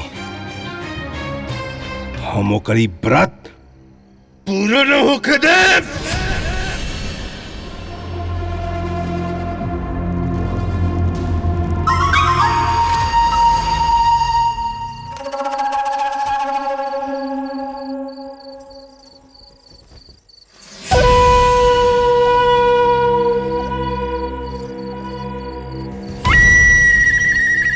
अरे मनोहर जी आई बैठी। रहुआ कैसन बानी और घर में सब कुछ ठीक बा ना? हाँ घर में तो सब ठीक बा, लेकिन तोहरा बिना हमार तबीयत बहुत खराब होता। अरे रहुआ बैठी, हम रहुआ खातिर पानी लावतानी। हाँ पानी से हमार प्यास ना बुझी, हमार प्यास तो बस तू बुझा सकेलो। तोहार इतना हिम्मत कि तू हमरा के छोला? ये तोहार बहिन के घर ना हा कि तू कुछ भी करबा और हम बर्दाश्त कर ले। तोहरा के का लागता ये थप्पड़ के हम बर्दाश्त कर ले? ये थप्पड़ के हम सूद समेत उसूले। छोड़ा छोड़ा, हम कहते नहीं, छोड़ा हमरा के, छोड़ा हमरा के, छोड़ा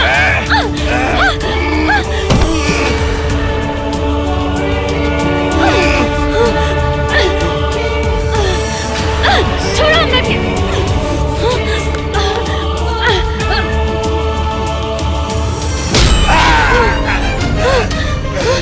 कैसे हिम्मत भइल हमरा के छुए के? हाँ कैसे हिम्मत भइल? दोबारा आई जा, कभी दिखिया मत।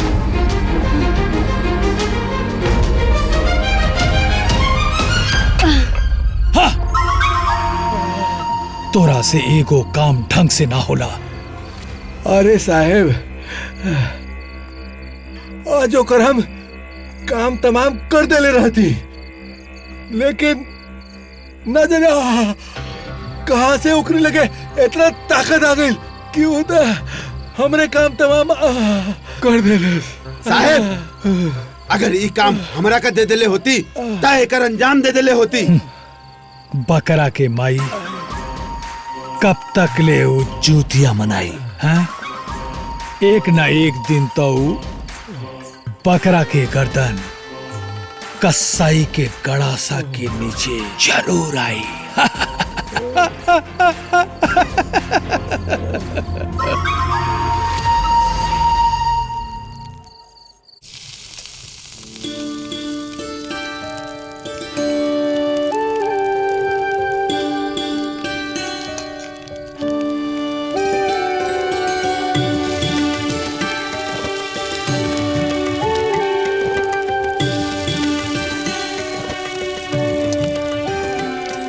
सुशीला। हाँ आवतानी। ए सुशीला। अरे आवतानी नु। कहाँ जी? हम प्रसाद तैयार कर देले हैं भंडारा खातिर। तू ना इस सब के अच्छा से साथ में बांध दे। हम तैयार हो क्या होता नहीं। ठीक बा? जाए। ठीक। ई आ इनकर बहिन जब देखा तब माताजी खाली माताजी के भोग लगी। हमरा भोग कब लगी?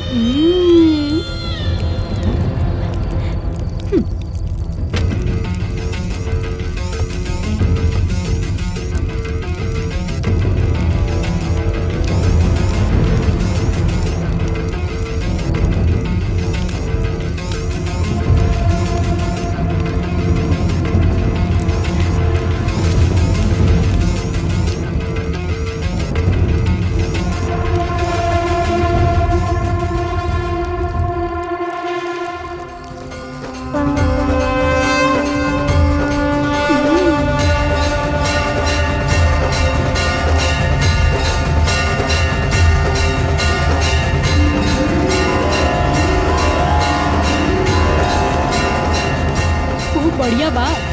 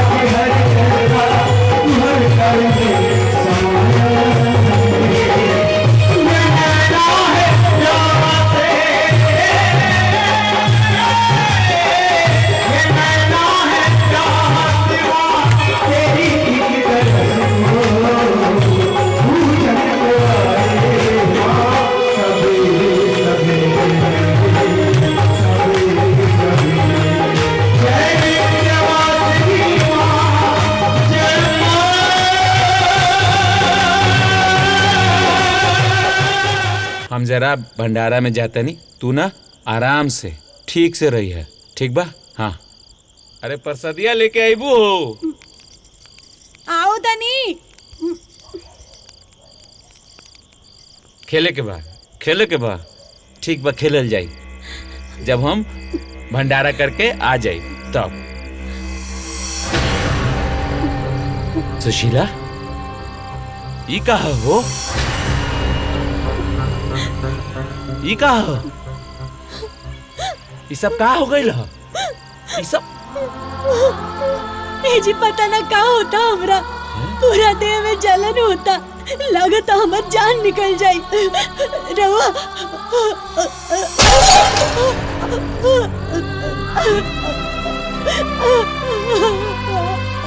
ई प्रसाद जमीन में छोड़ दे लू।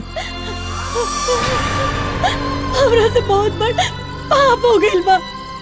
ई प्रसाद के हम झूठ का क्या अशुद्ध कर देले बानी। क्या बोला तारू? तू ई प्रसाद के झूठा कर देले बड़ू।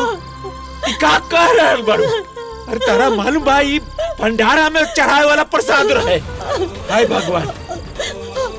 देख सुशीला, ई सब तारा गलती के सजा बा। हाँ, तू हमार बहन जानकी विंध्यवासिनी माता के भाग बड़ी और तू ओकरा के इतना कष्ट देलू। देखा माता रानी के प्रकोप से तारा का हो गई और आज भंडारा के प्रसाद के भी झूठा कर देलू। अरे ये सब माई के प्रकोप से भइल बा, माई के प्रकोप से। हाँ ऐसा मत कही जी। बहुत गलत कहलू, बहुत गलत कहलू। ना जी, हमरा के माफ कर दी। हमरा के माफ कर दी। हमरा के जानकी बबनी के पास ले चली। हमरा के जानकी बबनी के पास ले चली। हमरा के बचा ली। हमरा के बचा ली। ये सब क्या होता? अब हम क्या करें? हमरा के बचा ली। सुना तहरा के हमरा बहन से जाके माफी मांगे के पड़ी। माता रानी से माफी मांग तब जाके कुछ होई। हमरा के ले चली। ये तो साक्षात माता रानी के प्रकोप है। हाँ। तू चल हमरा साथ चल।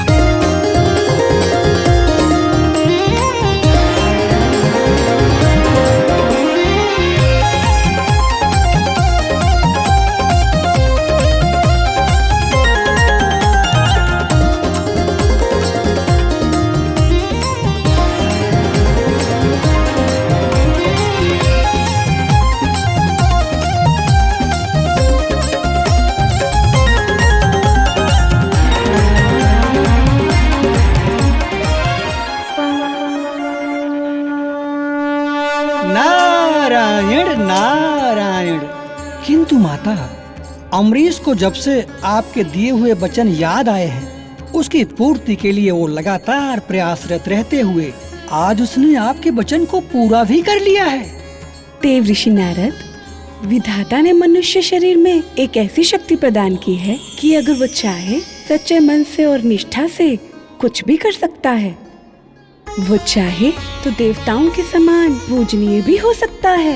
ये तो सच है माता, मनुष्य शरीर मुक्ति का द्वार होता है। हाँ देव ऋषि नारद, तभी तो मनुष्य शरीर को अनमोल कहा जाता है। इसीलिए तो देवता भी मनुष्य शरीर पाने के लिए तरसते हैं। नारायण नारायण। वो देखो माता, अमरीश और जानकी ने तो आपके द्वार पर आने की तैयारी भी कर ली है।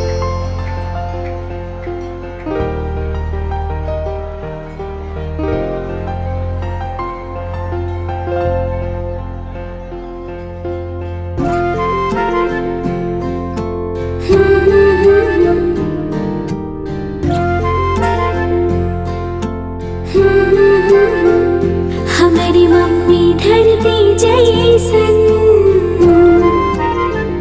मोरे पापा अंबर जैसन। हमारी मम्मी धरती जैसन, मोरे पापा अंबर जैसन। गंगा जमुना जैसन बाटे ये पावन परिवार। विंध्यवासिनी माई सब तोहरे उपकार। विंध्यवासिनी माई सब तोहरे उपकार।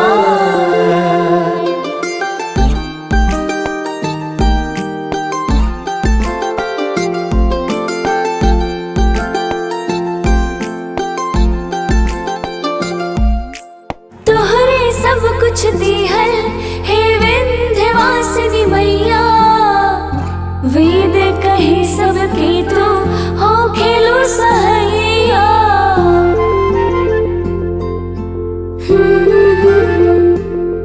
विंध्यवाली तो हर साथ रहे, हमरे सिर पर तो हर हाथ रहे।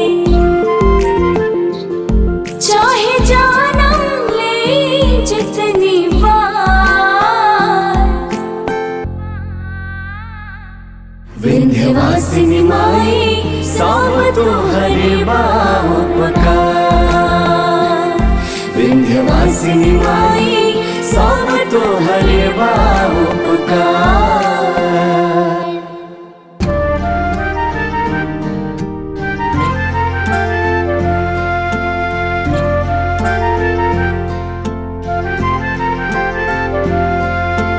चरणों में चारों धाम कराव सेवकाई।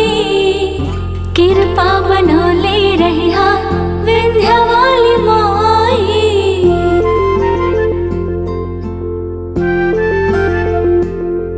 इतनी बातों से कर जोरी, टूटे ना नैया के डोरी।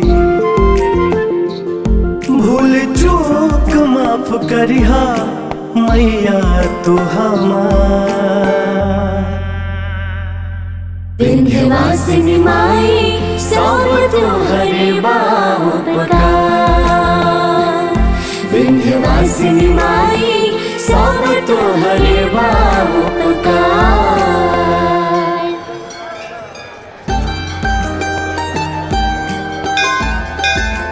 बोलो माता विंध्यवासिनी की जय। बोलो माँ विंध्यवासिनी की जय। बोलो साचे दरबार की जय। बोलो माँ विंध्यवासिनी देवी की जय।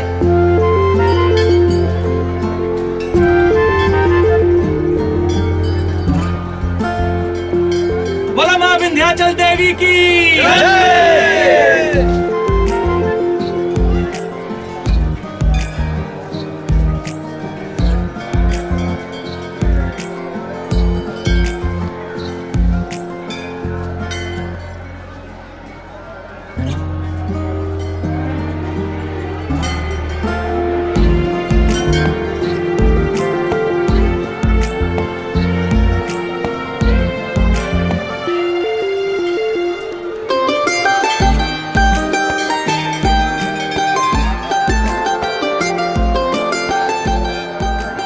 हे माता विंध्यवासिनी,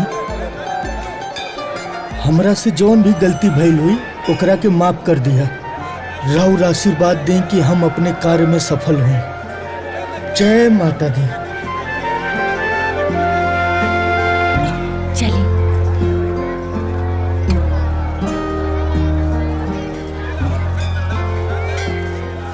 बोलो माँ विंध्यवासिनी की जय।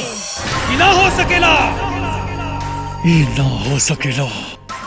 ओ मजदूर भिखारी फिर से मालिक बने, ये हम ना देख सकेले। हम ओकर जान ले ले।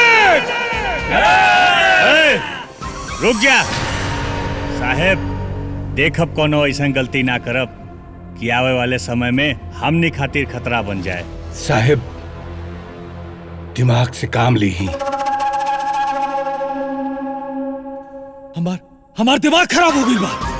हम दिमाग से ना हम हथियार से काम ले, लेकिन ओकरा के छोड़ो ना छोड़ो। चलो।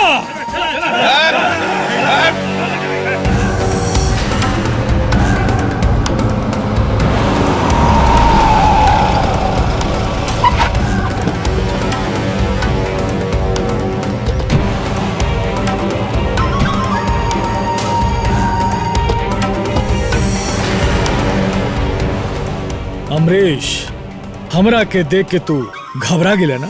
हाँ?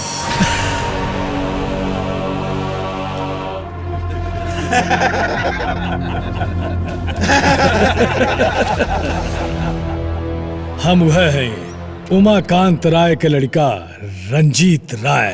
हाँ? हाँ? अरे तय कैसे सोच ले कि हम तोरा के ऐसे ही छोड़ दे और तय रजवाड़ा जैसन खुल के जिंदगी बीतेबे, और ये हम होके ना दे। हाँ? और हमरा के तो तू भुलाइए ना सकेला। ना हो मनोहर लाल तहरी सार के सार। हमके तो तू बड़े अच्छे से पहचानत होगा। हाँ? हमरा से बदला लेके तोहरा के कितना महंगा पड़ल, का दिन देखे के पड़ल, हो त जीवन में तू भूल न सकेला। हे रंजीत, तू संभल जो। जेकरा ऊपर माँ विंध्यवासिनी का हाथ होला ना, ओकर केहू बाल भी बाका ना कर सकेला।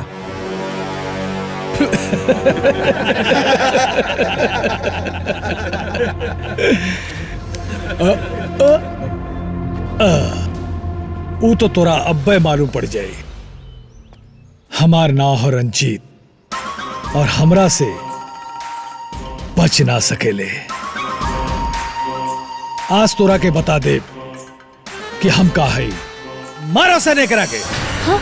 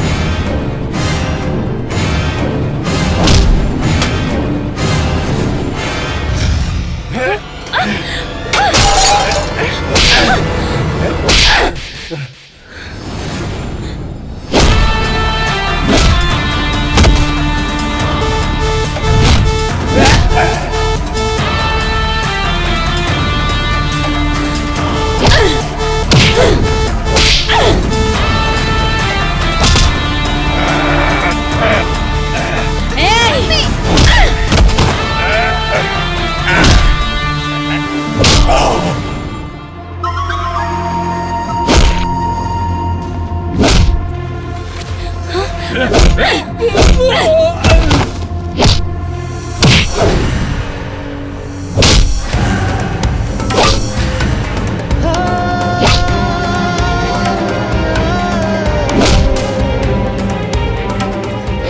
माता विंध्यवासिनी, हमनी के रक्षा करी, हमनी के रक्षा करी माता विंध्यवासिनी।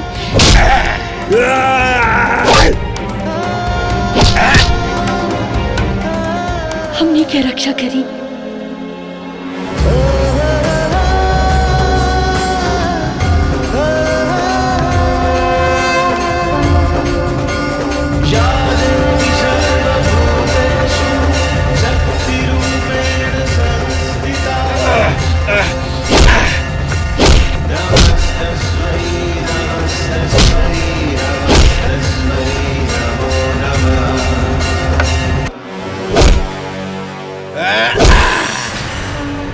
ए दुष्ट!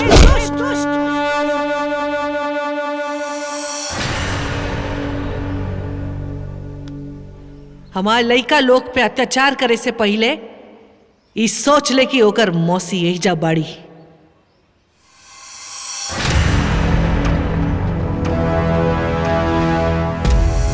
मारे करा के। रुक जा। माता जी से मुकाबला करे से पहले ई दास से तो फरियाल है।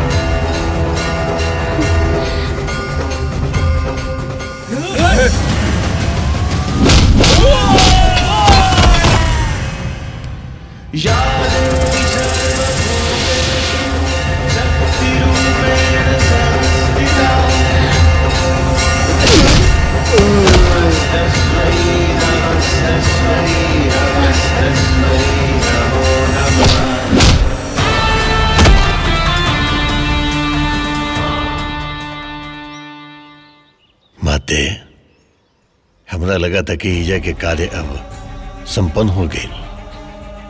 देख ली, आपके भक्त के हर दुख तकलीफ से छुटकारा मिल गई माते। माते, यही तरह आपके और कोनो भक्त कोनो न कोनो दुख तकलीफ में जरूर हुई। अब अगर आपकी आज्ञा हुई तो ईजा प्रस्थान कल जाओ। अवश्य।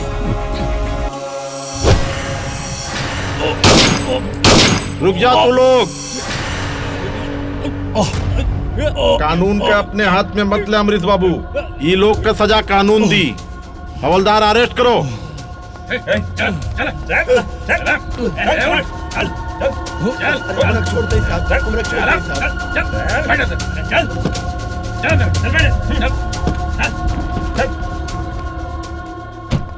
अमरीश बाबू, हमार पूरा सहयोग बा आपके साथे। ई लोग के कड़ी से कड़ी सजा दिलाई। ठीक है, आपन ख्याल रखिए।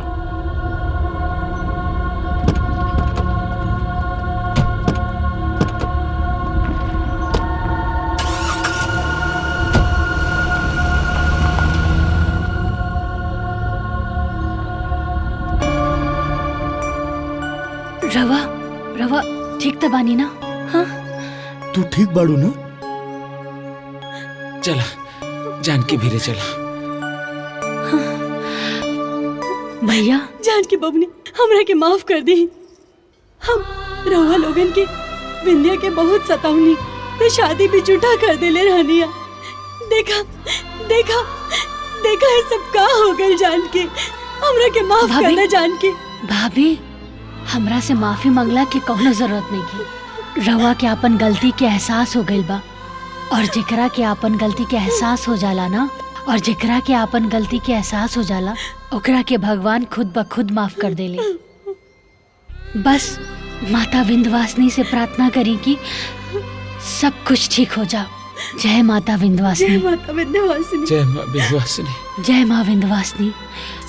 जय माता विंध्यवासिनी। जय माँ विंध्यवासिनी। जय माँ विंध्यवासिनी। जय माँ विंध्यवासिनी। जय माँ विंध्यवासिनी।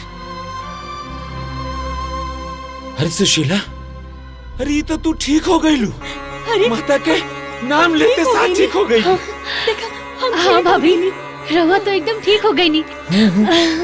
अरे माता रानी की कृपा से तो कुल ठीक हो गई। बोला बोला माता विंध्यवासिनी की जय। चला चली चला चली चला। बोली माता विंध्यवासिनी की जय। नारायण नारायण।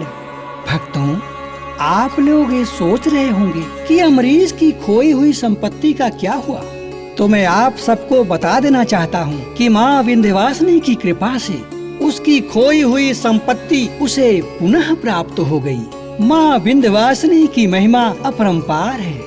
नारायण नारायण।